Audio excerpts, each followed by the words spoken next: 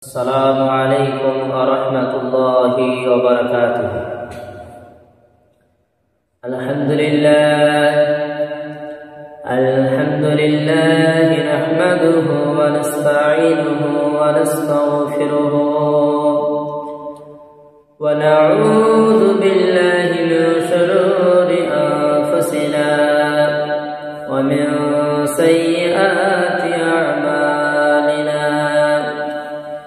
من يهده الله فلا مضل له ومن يضلل فلا هادي له. وأشهد أن لا إله إلا الله وحده لا شريك له. وأشهد أن محمدا عبده ورسوله صلى الله عليه وعلى آله وأصحابه وسلم. أما بعد فأعوذ بالله من الشيطان الرجيم. بسم الله الرحمن الرحيم. يا أيها الذين آمنوا اتقوا الله حق تقاته ولا تموتن إلا وأنتم مسلمون. يا أيها الناس اتقوا ربكم الذي خلقكم من نفس واحدة وخلق منها زوجها وبث منهما رجالا كثيرا ونساء. واتقوا الله الذي تساءلون به والأرحام إن الله كان عليكم رقيبا. يا أيها الذين آمنوا اتقوا الله وقولوا قولا سديدا يصلح لكم أعمالكم ويغفر لكم ذنوبكم ومن يطع الله ورسوله فقد فاز فوزا عظيما. সম্মানিত উপস্থিতি, সমস্ত প্রশংসা সমস্ত গুণগান গুণকীর্তন সে আল্লাহ পাক রব্বুল ইজ্জতের জন্য, যিনি আমাদেরকে সুস্থতার সাথে কথা বলার তৌফিক দান করেছেন, এবং লক্ষ কোটি দরুদ ও সালাম নাযিল হোক আমাদের রাসূল জনাবে মুহাম্মদ রাসূলুল্লাহ সাল্লাল্লাহু আলাইহি ওয়াসাল্লামের উপর। আজ আমরা যে টপিক নিয়ে কথা বলবো সেটা হচ্ছে সালাম, অর্থাৎ ইসলাম কেন আমাদের ধর্মের নাম হলো এবং মুসলমান কেন আমাদের নাম হলো, এবং এই মুসলিম এবং ইসলাম এই শব্দগুলো কোথা থেকে উৎপত্তি হয়েছে, এবং একজন মানুষকে মুসলমান হতে গেলে তার বৈশিষ্ট্য কি কি হতে হবে সে বিষয়ে কিছু আলোচনা করার চেষ্টা করব। ওমা তাওফিকি ইল্লা বিল্লাহি ওয়া আলাইহি তাওয়াক্কালতু ওয়া ইলাইহি উনীব। আমরা যে মুসলমান, আমাদের ধর্মের নাম ইসলাম, এটা কোথা থেকে এসেছে? আমরা যদি একটু লক্ষ্য করি তাহলে আমরা বুঝতে পারবো যে আল্লাহ পাক রব্বুল ইজ্জত যেনার এক নাম হলো সালাম, আর সেই সালাম থেকে নাম রাখা হয়েছে ইসলাম, এবং ইসলামকে যারা মানে তারা হচ্ছে মুসলমান। আর আমরা জানি যে সালাম মানে হচ্ছে শান্তি, সালাম মানে শান্তি। পুরো পৃথিবীর বুকে যদি আজ দেখা যায়, পুরো পৃথিবীর বুকে যদি দেখা যায়, পুরো আদম আলাইহিস সালাম থেকে শুরু করে মুহাম্মদ সাল্লাল্লাহু আলাইহি সাল্লাম পর্যন্ত এই যে দ্বীন ইসলাম কি করে এত বিরাট আকৃতি ধারণ করলো, কি করে পৃথিবীতে আজ এত মুসলমান আমাদের হয়তো অনেকের ধারণা যে কোরআন নাযিল করেছে আল্লাহ পাক রব্বুল আলামিন, এই কোরআন দিয়েই মনে হয় পুরো ইসলামকে প্রতিষ্ঠিত করা হয়েছে। আমরা ভাবি মানুষ মনে হয় নামাজ দিয়ে কোরআনকে প্রতিষ্ঠিত করেছে। আলো কি কম হয়েছে? কাটবে না কিন্তু, যতই যাই হয়েছে কাটবে না, স্টপ করবে। এখন স্টপ করা ঠিক। আমাদের অনেকের ধারণা যে মনে হয় নবী রাসূলেরা তাদের ইবাদত দিয়ে এই ধর্মটাকে এত প্রতিষ্ঠিত করেছে। আবার অনেকের ধারণা হচ্ছে অমুসলিমদের মুসলমান ধর্মটা, এই ইসলাম ধর্ম এত বিরাট আকার ধারণ করেছে, তার পেছনে শক্তি হলো তরোয়ার। কেউ বলছে বোমাবাজি, কেউ বলছে টেরোরিজম করে এই ধর্মটাকে প্রতিষ্ঠিত করা হয়েছে। আসলে এর মূল কি? আমরা যদি এর মূলে একটু ধ্যান করি, তো পুরো পৃথিবীর বুকে এত মুসলমান হওয়ার পেছনে কারণ কি, তাহলে আমরা যে জিনিসটা দেখতে পাবো সেটা হচ্ছে আমাদের ধর্মের নামের সাথে তার এত বিরাট মিল আছে যা আপনারা ভেবে দেখতে পারবেন না। আপনি যদি কোরআনের দিকে দেখেন, আপনি যদি মুহাম্মদ সাল্লাল্লাহু আলাইহি ওয়াসাল্লামের দিকে দেখেন, যে মুহাম্মদ সাল্লাল্লাহু আলাইহি ওয়াসাল্লামকে পুরো পৃথিবীতে কিসের জন্য চিনতেন বলেন না? আপনার ধারণা হতে পারে যে মানুষটাকে মনে হয় এই জন্য চিনে যে এই মানুষটা অনেক ইবাদত করতো না। এই কথা ঠিক না। পুরো পৃথিবীবাসী মুহাম্মদ সাল্লাল্লাহু আলাইহি ওয়াসাল্লামকে এই জন্য চিনতেন যে তিনার আখলাক ছিল সবচাইতে ভালো। তিনি যে ইসলাম ধর্মের মানুষ ছিলেন, তিনি যে নবী ছিলেন, তিনি যে রাসূল ছিলেন, সেটা তিনি দেখিয়ে দিয়েছেন। তিনি যে ইসলাম ধর্মের মানুষ সেটা তিনি দেখিয়েছেন। আমরা অনেকে মনে করি যে ইসলাম ধর্মটা মনে হয় নামাজ দিয়ে প্রতিষ্ঠিত হবে না। ইসলাম ধর্মকে যদি আমরা প্রতিষ্ঠিত করতে চাই, ইসলাম ধর্মকে যদি আমরা প্রচার করতে চাই, তাহলে মুসলমান হিসেবে আমাদের সর্বপ্রথম যে কাজটা হতে হবে সেটা হচ্ছে আমাদের চরিত্রের সাথে আমাদের ধর্মের মিল থাকতে হবে। কিভাবে ধর্মের মিল থাকতে হবে? আজ আমরা মসজিদ মাদ্রাসাগুলোতে দেখি, আমরা মুসলমান দাবি করি, আমরা দাবি করি যে আমরা শান্তিময়। আসলে মুসলিম ধর্ম যারা গ্রহণ করবে, ইসলাম ধর্ম যারা গ্রহণ করবে এবং যারা নিজেকে মুসলমান বলে দাবি করবে, তাদের জন্য আল্লাহ পাক রব্বুল আলামিনের কথা হচ্ছে যে তোমরা শান্তি বজায় রাখতে হবে তোমাদেরকে। আজ আমাদের সমাজে দেখা যায় মসজিদে যেসব মুসল্লিগুলো নামাজ পড়ে তাদের ভিতরে শান্তি নেই, তারা শান্তি খুঁজে পাচ্ছে না। মসজিদের মুসল্লিগুলোকে দেখতে পাওয়া যায়, একটা যদি বাচ্চা ছেলে আসে তাহলে সে বাচ্চা ছেলেটাকে হেড বুট করে হাঁকিয়ে দেয়, তার সাথে তর্ক বিতর্ক করে, তাকে মারবে এমন সে ব্যবহার করে। অথচ মুসল্লি হিসেবে তার এই ব্যবহার করা ঠিক ছিল না, কারণ সে তো মুসল্লি, সে তো মুসলমান নিজেকে দাবি করেছে। তো কিভাবে সে এই ব্যবহারটা করলো?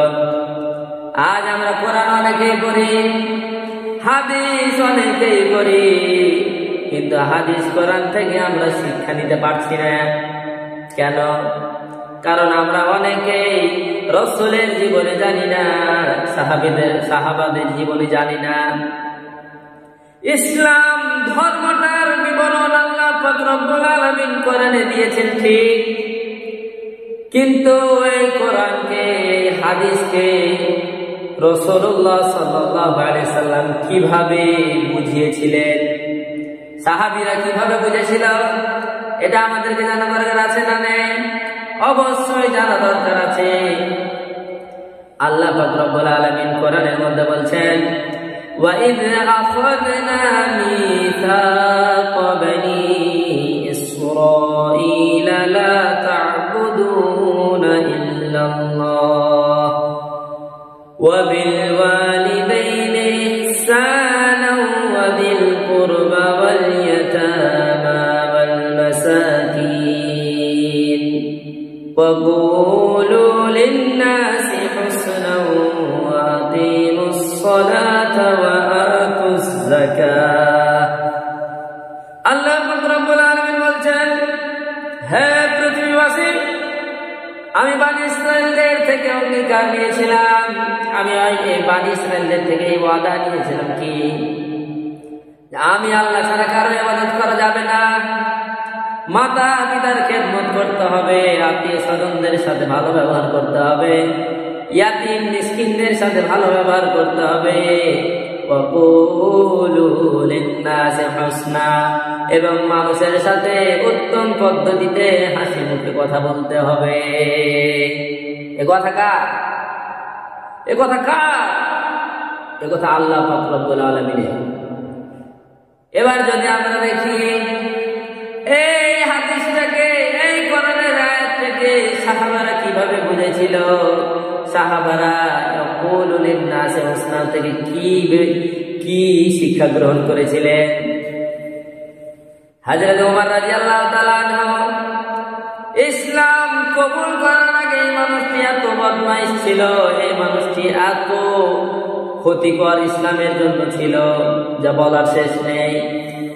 এই সেই ব্যক্তি যে রাসূলুল্লাহ সাল্লাল্লাহু আলাইহি ওয়াসাল্লামকে হত্যা করার জন্য উলঙ্গ তলোয়ার নিয়ে বের হয়েছিল, যে না, আজ রাসূলুল্লাহ সাল্লাল্লাহু আলাইহি ওয়াসাল্লামকে আর পৃথিবীতে রাখা যাবে না।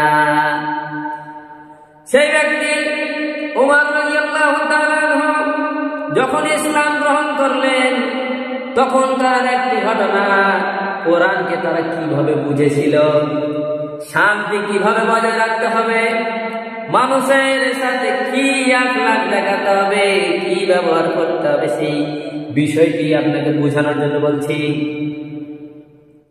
ওমর রাদিয়াল্লাহু তাআলা আনহু একদিন রাস্তা দিয়ে হাঁটছেন, যখন ওমর রাদিয়াল্লাহু তাআলা আনহু খলিফা ছিলেন। ওমর রাদিয়াল্লাহু তাআলা আনহু খলিফা ছিলেন, তো ওমর রাদিয়াল্লাহু তাআলা আনহুর হাতে একটা লাঠি থাকতো। হাঁটতে হাঁটতে একটা সাহাবা ওমর রাদিয়াল্লাহু তাআলা আনহুর আগে পড়ে গেছে। ওমর রাদিয়াল্লাহু তাআলা আনহু তখন ওই লাঠিটি দিয়ে হালকা টাচ করেছে সাহাবীটাকে, এই একটু সরো, তুমি একটু টাচ করে মানুষটাকে সরিয়ে দিয়েছে। ওমর রাদিয়াল্লাহু তাআলা আনহু চলে গেছেন। ওই ব্যক্তির সাথে আবার 1 বছর পরে সেই ব্যক্তির সাথে দেখা হচ্ছে ওমর রাদিয়াল্লাহু তাআলা আনহুর। সে মানুষটাকে ওমর রাদিয়াল্লাহু তাআলা আনহু বলছে, ভাই শোনো, একটু দাঁড়াও, তুমি কি হজে যাবা? সে ব্যক্তি বলল, জি আমি হজে যাব। ওমর রাদিয়াল্লাহু তাআলা আনহু বলেন, একটু দাঁড়ান, আমি বাড়ি থেকে আসি। ওমর রাদিয়াল্লাহু তাআলা আনহু বাড়ি থেকে 600 দিরহাম এনে সেই ব্যক্তির হাতে তুলে দিলেন। সে ব্যক্তি প্রশ্ন করলো, আমিরুল মুমিনিন, এটা কিসের জন্য? হযরত ওমর রাদিয়াল্লাহু তাআলা আনহু বলছেন, ওই যে হয়ে গেল প্রায় 1 বছর সময়, ওই সময় তোমাকে আমি লাঠি দিয়ে খোঁচা মেরেছিলাম, তার বিনিময়ে আজ আমি তোমাকে দিয়ে দিলাম। কি চরিত্র তারা দেখিয়েছিলাম, কি ব্যবহার তারা মানুষের সাথে করেছিল, আজ আমরা কি ব্যবহার করছি। ওই সাহাবীটা বলল, আমিরুল মুমিনিন, আমি তো ভুলে গেছি, আমি তো সে কথা ভুলে গেছি। হযরত ওমর রাদিয়াল্লাহু তাআলা আনহু বললেন, তুমি ভুললেও আমি ভুলিনি, যে এই কারণে হয়তো আল্লাহ কিয়ামতের দিন আমাকে হিসাবের কাঠগড়ায় দাঁড় করিয়ে দিবেন। এইভাবে তারা বুঝেছিল। আজ আমরা নামাজি হওয়া সত্য, হাজি হওয়া সত্য, রোজাদার হওয়া সত্য, আমার গ্রামবাসীকে, আমার পাড়া প্রতিবেশীর লোককে খোঁটা দিতে আমাদের বাধে না। আর একটা মানুষকে আঘাত দিয়ে কথা বলতে আজ আমাদের বাধে না। আজ আমরা আর একটা মানুষকে তুচ্ছ তাচ্ছিল্য করব, এটা ভাবতে গিয়ে, কাজ করতে গিয়ে আমাদের বিবেক আর একটু নাড়া দেয় না। সাহাবীদেরকে এভাবে বুঝেছিল কোরআন। আজ মানুষের রাগ কত বেড়ে গেছে। মানুষ যদি আপনার যদি একটা কোনো ক্ষতি করে দিচ্ছে, কিংবা আপনাকে যদি কোনো একটা ভুল কথা বলে দিচ্ছে, আপনি সঙ্গে সঙ্গে তার প্রতিশোধ নেওয়ার জন্য প্রস্তুত হয়ে যাচ্ছেন। সাহাবীরা কিভাবে বুঝেছিল? ইসলামকে, শান্তি কিভাবে বজায় রাখতে হবে এটা সাহাবীরা কিভাবে বুঝেছিল। হযরত ওমর রাদিয়াল্লাহু তাআলা আনহু একদিন বসে আছেন, এক ব্যক্তি এসে হযরত ওমর রাদিয়াল্লাহু তাআলা আনহুকে বলছেন, ওমর তুমি আমাদের হক দাওনি, আমাদের ব্যাপারে তুমি ইনসাফ করনি। ওমর রাদিয়াল্লাহু তাআলা আনহু রেগে গেলেন, কি ব্যাপার, কি কথা তুমি বলে দিলে? পুরো বিশ্বতে আমি ন্যায় পরায়ণতা নিয়ে আসার জন্য আমার ঘুম হারাম করে দিচ্ছি। মানুষ যেন ভালোভাবে মানুষের সাথে ইনসাফ করে, এক মানুষ যাতে আরেক মানুষের সাথে ভালো ব্যবহার করে, সেই জন্য আমি আমার ঘুম হারাম করে দিচ্ছি, আমার খাওয়া দাওয়া হারাম করে দিচ্ছি, আর তুমি আমাকে এসে বলছো যে আমি নাকি ইনসাফ করছি না। হযরত ওমর রাদিয়াল্লাহু তাআলা রেগে তৎক্ষণাৎ একবারে ফায়ার হয়ে গেছে।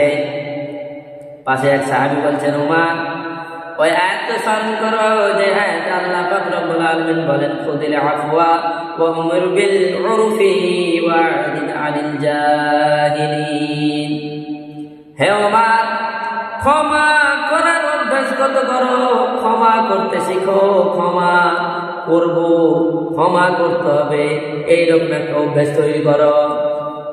ওয়া আমর বিল উরফি, ভালো কাজের আদেশ দেওয়ার অভ্যাস তৈরি করো। ওয়া'রিদ আনিল জাহিলিন, আর মূর্খদেরকে তুমি উপেক্ষা করতে অভ্যাস তৈরি করো। ওমর রাদিয়াল্লাহু তাআলা আনহু এই আয়াত শোনার পরে তার রাগ মিটে গেল, তার রাগ একবারে ধূলিসাৎ হয়ে গেল, পানিতে মিশে গেল। ওমর রাদিয়াল্লাহু তাআলা আনহু বলেন, কি ইনসাফ করবে তোমার উপরে? তার ইনসাফ করে দেওয়া হলো। এইভাবে তারা ইসলামটাকে শিখেছে। আজ আমরা ইসলামটাকে কি বানিয়ে ফেলেছি দেখেন তো। আজ আমাদের সমাজে আর মনে হয় না মুসল্লি আর নামাজি আর বেনামাজের মধ্যে পার্থক্য দেখা যায় না। একটা বেনামাজি মানুষ যেইভাবে লেজে বলে কথা বলে, একটা বেনামাজি মানুষ যেভাবে আর একটা মানুষকে রেগে তুচ্ছ তাচ্ছিল্য করে কথা বলে, সেইভাবে আমাদের সমাজে আজ 5 ওয়াক্ত নামাজিরাও সেইভাবে তুচ্ছ তাচ্ছিল্য করে মানুষদের সাথে কথাবার্তা বলে। রাসূলুল্লাহ সাল্লাল্লাহু আলাইহি সাল্লামের কি ব্যবহার এরকম ছিল? কাকে আমরা নবী বলে মেনেছি, কাকে আমরা অনুসরণ করছি আমরা যেন বুঝি না। আল্লাহ রাসূল সাল্লাল্লাহু আলাইহি সাল্লাম সম্পর্কে আল্লাহ তাআলা বলছেন, কুল ইন কুনতুম তুহিব্বুনাল্লাহা ফাত্তাবিউনি ইউহিব্বুকুমুল্লাহু ওয়া ইয়াগফির লাকুম যুনুবাকুম ওয়াল্লাহু গফুরুর রহিম। আল্লাহ পাক রব্বুল আলামিন বলেন, হে নবী তাদেরকে বলে দাও, যদি তোমরা আল্লাহকে ভালোবাসো তাহলে তোমরা নবীর অনুসরণ করো, নবীর কথাগুলো মেনে নাও এবং তাকে অনুসরণ করে চলো, তাহলে তোমাদেরকে আল্লাহ পাক রব্বুল আলামিন ভালোবাসবেন এবং তোমাদের গুনাহগুলোকে ক্ষমা করে দিবে, কারণ আল্লাহ দয়ালু, আল্লাহ বড়ই ক্ষমাশীল। তো ভাইয়েরা, আমরা এখান থেকে কি শিক্ষা পেলাম? আমাদেরকে মানুষের উপরে দয়ালু হতে হবে। আজ মানুষ ভাবছে যে মনে হয় নামাজ পড়লে ইসলাম প্রতিষ্ঠিত হয়ে যাবে। মানুষের ধারণা হয়ে গেছে বারবার উমরা হজ করলেই মনে হয় সফলতা হয়ে যাব, সফলতা পেয়ে যাব না। ইসলাম কোনদিন এসব দিয়ে প্রতিষ্ঠিত হয়নি। একটা মানুষের ব্যবহার যদি আখলাক যদি খারাপ হয়, আর সে যদি হাজি হয়, গাজী হয় আর নামাজি হয়, তার দ্বারাই ইসলামের এতটুকু পরিমাণ কোনো ফায়দা হবে না। আজ আমরা ফিলিস্তিনের খবর জানি, এত যুদ্ধ হলো, এত মারামারি হলো, এতে মুসলমানের কোনো নাম হয়নি। যখন একটা ঘটনা ঘটলো, কি ঘটনা? এই ঘটনা ঘটেছে কাদের সাথে? হামাস সেনাবাহিনীর সাথে। হামাসে এক নারী অর্থাৎ একটা বাচ্চা মেয়েকে ধরা পড়েছিল। ধরা পড়ার পরে তারা তার সেবা যত্ন নিয়েছে, তারা তার সব খেয়াল রেখেছে। যদিও সে ছিল এক ইহুদি, শত্রুদের মেয়ে, তাও তার কোনো ক্ষতি করা হয়নি। তাকে স্নেহ সহ তার দেশে ফিরিয়ে দেওয়া হয়েছে।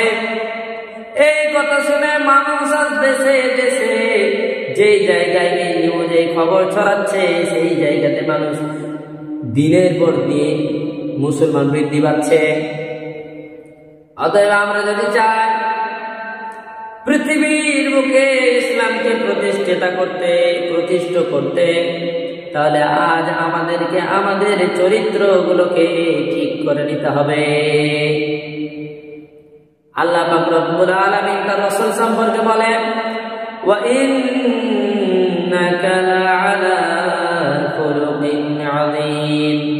হে নবী, তোমার চরিত্রই হচ্ছে মহান চরিত্র, তোমার চরিত্রই হচ্ছে সর্বোত্তম চরিত্র।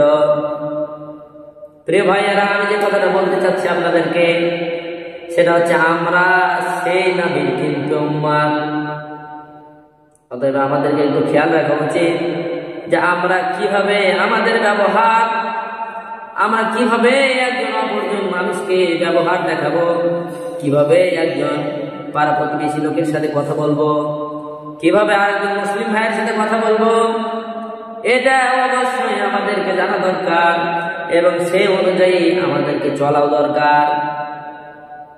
বিশেষ করে যে জিনিসটা আমি বলতে চাই, যে অনেক সময় অনেক মসজিদে দেখা যায় যে বাচ্চারা যদি নামাজ পড়তে আসে তো তারাকে হেও করা হয়, তারাকে বকাঝকা করা হয়, তারাকে মারামারি করা হয়। এই জিনিসটা করা যাবে না। কেন যাবে না? আল্লাহ রাসূল সাল্লাল্লাহু আলাইহি সাল্লামের উম্মত আমরা। আল্লাহ রাসূল সাল্লাল্লাহু আলাইহি সাল্লাম বাচ্চাদের সাথে যে ব্যবহার করেছে, আমাদেরকে ঠিক সেই ব্যবহার করা লাগবে।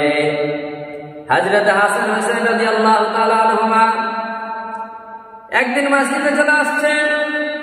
আল্লাহ রাসূল সাল্লাল্লাহু আলাইহি ওয়াসাল্লাম মিম্বারে উঠে খুতবা দিচ্ছেন। এমন সময় দেখতে পেল যে তার দুই নাতি একবার পড়ছে, আবার উঠে দাঁড়াচ্ছে, একবার পড়ছে, আবার উঠে দাঁড়াচ্ছে। আল্লাহ রাসূল সাল্লাল্লাহু আলাইহি সাল্লাম খুতবার মিম্বার ছেড়ে হাসান এবং হোসেনকে কোলে তুলে নিলেন। এখান থেকে আমরা কি শিক্ষা পেলাম? যে মসজিদে যদি বাচ্চারা আসে তাহলে তারাকে মারা ধরা করতে হবে না, এটা করা যাবে না। যদি আপনি এই কাজটা করেন তাহলে আপনাকে বুঝে নিতে হবে আপনি আর কিছু হতে পেরেছেন, মুহাম্মদ সাল্লাল্লাহু আলাইহি সাল্লামের উম্মত হতে পারেননি। কেননা রাসূলুল্লাহ সাল্লাল্লাহু আলাইহি ওয়াসাল্লাম বলেছেন, হাদিসে এসেছে, আল্লাহ রাসূল সাল্লাল্লাহু আলাইহি সাল্লাম বলছেন, লাইসা মিন উম্মতি মান লাম ইউদিল্লা কাবীরানা ওয়া ইয়ারহাম সাগীরানা। কত বিরাট একটি কথা বলছে শুনেন। আল্লাহ রাসূল সাল্লাল্লাহু আলাইহি সাল্লাম বলছেন, সেই ব্যক্তি, সেই মানুষ, সে আমার উম্মতি না, সে আমার উম্মত হতে পারে না। কোন ব্যক্তি? মান লাম ইউদিল্লা কাবীরানা, যে বড়দেরকে সম্মান করে না, যে বড়দেরকে শ্রদ্ধা করে না। আমি ছোটদেরকে এখানে বলতে চাই যে এখানে কিন্তু ছোটরা বাদ চলে যায়নি, ছোটরাকেও ধরা হয়েছে। যে আল্লাহ রাসূল সাল্লাল্লাহু আলাইহি সাল্লাম বলছেন, ওই ছোটরা আমার উম্মত হবে না যে তার বড়রাকে শ্রদ্ধা করে না, ওয়া ইয়ারহাম সাগীরানা, এবং যারা ছোটদেরকে স্নেহ করে না। আল্লাহ রাসূল সাল্লাল্লাহু আলাইহি সাল্লাম বলছেন, সে ব্যক্তি আমার উম্মতি না যে বড়দেরকে শ্রদ্ধা করে না এবং যে ছোটদের উপরে দয়া করে না, ছোটদেরকে ভালোবাসা দেয় না, স্নেহ দেয় না, সে আমার উম্মতি না। এবারে আপনি একটু ভেবে দেখুন তো, আপনার জীবনে ছোটদেরকে স্নেহ দেওয়া আপনার জীবনের কোনো অঙ্গ আছে কিনা? আপনার জীবনে কোনো সময় আছে কিনা যে আপনি ছোটদেরকে ভালোবাসছেন, আপনি ছোটদের মাথায় হাত বুলিয়ে দিচ্ছেন, তাদের গায়ে হাত বুলিয়ে দিচ্ছেন? এইরকম মুহূর্ত আপনার জীবনে ঘটেছে কিনা আপনি একটু চেক করে দেখুন তো। যদি না থাকে তাহলে আপনি কি করে এখনো দাবি করেন যে আমি মুহাম্মদ সাল্লাল্লাহু আলাইহি সাল্লামের উম্মত? আরেকটা ঘটনা বলি। হযরত ওমর রাদিয়াল্লাহু তাআলা আমিরুল মুমিনিন ওই অবস্থাতে এক রাজ্যের গভর্নর হিসেবে এক ব্যক্তিকে ঠিক করেছে এবং সেই ব্যক্তিকে বাড়ি ডেকেছে যে আমার বাড়ি একটু দেখা করো। ওই রাজ্যের গভর্নর তখন এসেছে। হযরত ওমর রাদিয়াল্লাহু তাআলা আনহু বাড়ি এসে দেখছেন হযরত ওমর রাদিয়াল্লাহু তাআলা আনহু একটা বাচ্চা ছেলেকে নিয়ে চুমু খাচ্ছেন। সে ব্যক্তি বলছে, হযরত ওমর আমিরুল মুমিনিন, কে সে? এই বাচ্চাটা কে? হযরত ওমর রাদিয়াল্লাহু তাআলা আনহু বললেন, এটা আমার সন্তান। তখন সে ব্যক্তি বলল, আমারও অনেক সন্তান আছে, আমি এখন পর্যন্ত কাউকে এভাবে আদর করি না। সে ব্যক্তি চলে যাচ্ছে, গভর্নর চলে যাচ্ছে। হযরত ওমর রাদিয়াল্লাহু তাআলা আনহু তাকে ডেকে বলছেন, হে গভর্নর শোনো। কি বলছে? যে তোমার যে কাগজপত্রগুলো লিখিতভাবে ছিল, যেই কাগজপত্রতে লিখিতভাবে ছিল যে তুমি সেই রাজ্যের গভর্নর, সেটা দাও দেখতো। সেই কাগজপত্র যখন দিল তখন তার নামটা কেটে দিল। তোমাকে সেই রাজ্যের গভর্নর থেকে তোমাকে রিটার্ন করা হলো, তোমাকে সাসপেন্ড করা হলো। কেন? এই কারণে যে নিজের সন্তানকে ভালোবাসতে পারে না, সে অপরের কোন সন্তানকে ভালোবাসতে পারবে না। অতএব আমাদের উচিত ভালোবাসা দিয়ে, উদারতা দিয়ে পৃথিবীটাকে ভরে দেওয়া। প্রত্যেকটা মানুষকে মুসলমান হিসেবে, মুহাম্মদ সাল্লাল্লাহু আলাইহি সাল্লামের উম্মত হিসেবে আমাদের উচিত উদারতা দিয়ে, ভালোবাসা দিয়ে মানুষের পুরো পৃথিবীটাকে ভরে দেওয়া। সেটা ছোট হতে পারে, সেটা বড় হতে পারে, সেটা যে কোনো বয়সের মানুষ হতে পারে, সেটা যে কোনো ধর্মের মানুষ হতে পারে। আমরা যদি নিজেকে ইসলাম ধর্মের মানুষ মনে করে থাকি, আমরা যদি নিজেদেরকে মুমিন মুসলমান মনে করে থাকি, তাহলে আমাদেরকে প্রথম যে পরিচয় দিতে হবে সেটা হচ্ছে আমাদের ব্যবহার দিয়ে, সেটা হচ্ছে আমাদের আখলাক দিয়ে পুরো পৃথিবীবাসীকে বোঝাতে হবে যে আমরাই হলাম মুসলমান। মুসলমান মানে হচ্ছে আত্মসমর্পণকারী, ইসলাম মানে হচ্ছে শান্তি। এটা প্রমাণ করতে হবে যে আমরাই হচ্ছে সে আল্লাহর খাঁটি দ্বীনের মানুষ। যে খাঁটি দ্বীনের মানুষ দুনিয়াতে শান্তি ফেলাতে, শান্তি বাঁটতে চান যে দুনিয়াতে, সেই উম্মাত, এই উম্মাত আমরা মুহাম্মদ সাল্লাল্লাহু আলাইহি সাল্লামের উম্মাত, যারা দুনিয়াতে শুধু শান্তি বন্টন করতে চান। অবশেষে আমি আপনাদেরকে নসিহত করব, হুকুকুল্লাহ অর্থাৎ নামাজ, রোজা, হজ, যাকাত আপনি যতটুকু পারেন করেন, কিন্তু আপনি বেশি বেশি চেষ্টা করেন আপনার চরিত্রটাকে ঠিক করতে। ভালো কথা বলতে আপনাকে অভ্যাস করতে হবে, কারণ রাসূলুল্লাহ সাল্লাল্লাহু আলাইহি ওয়াসাল্লাম বলেছেন, মান কানা ইউমিনু বিল্লাহি ওয়াল ইয়াউমিল আখির, যে ব্যক্তি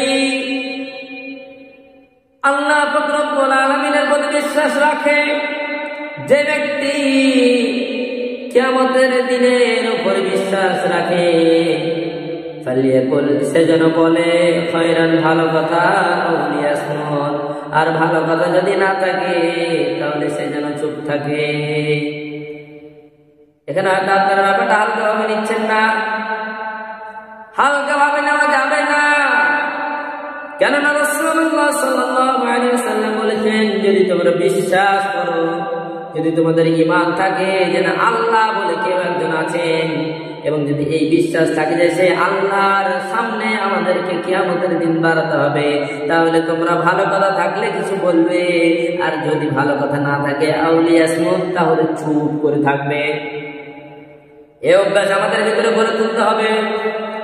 কোনো কারণ নেই, কোনো প্রয়োজন নেই, তারপরও আমরা ঘন্টার পর ঘন্টা বকে যাচ্ছি। কোনো প্রয়োজন ছিল না সে মানুষটার সাথে কথা বলা, কোনো প্রয়োজন ছিল না সেই ব্যাপারীর সাথে কথা বলা, তারপরও আমরা ঘন্টার পর ঘন্টা বসে বসে চার দোকানে মোড়ে, বটতলাতে, আরো কত জায়গায় আমরা দোকানে গিয়ে সময়গুলো তো নষ্ট করে দিচ্ছি, কথাগুলো তো নষ্ট করে দিচ্ছি। এখান থেকে বোঝা যাচ্ছে যে যারা এসব কাজ করে তারা আল্লাহ এবং কিয়ামতের দিবস সম্পর্কে তাদের সন্দিহান আছে, তারা সন্দেহ করে। অতএব হে মুসলমান জাতি, আমি আমার কথা বলার উদ্দেশ্য হচ্ছে যে হয় আমরা চুপ থাকবো, হয় আমরা কথা বলবো ভালো, না হয় চুপ থাকবো। আল্লাহ পাক রব্বুল আলামিন আমাদের সকলকে যেন ভালো কথা বলার তৌফিক দান করে, আমাদের চরিত্রটাকে উত্তম থেকে উত্তম করে গড়ে তোলার তৌফিক দান করে। এবং যদি আমরা ভালো কথা বলতে না পারি, ভালো কথা আমাদের মধ্যে না থাকে, তাহলে যেন আল্লাহ পাক রব্বুল আলামিন আমাদেরকে চুপ থাকার তৌফিক দান করে। সকলে বলুন আমিন।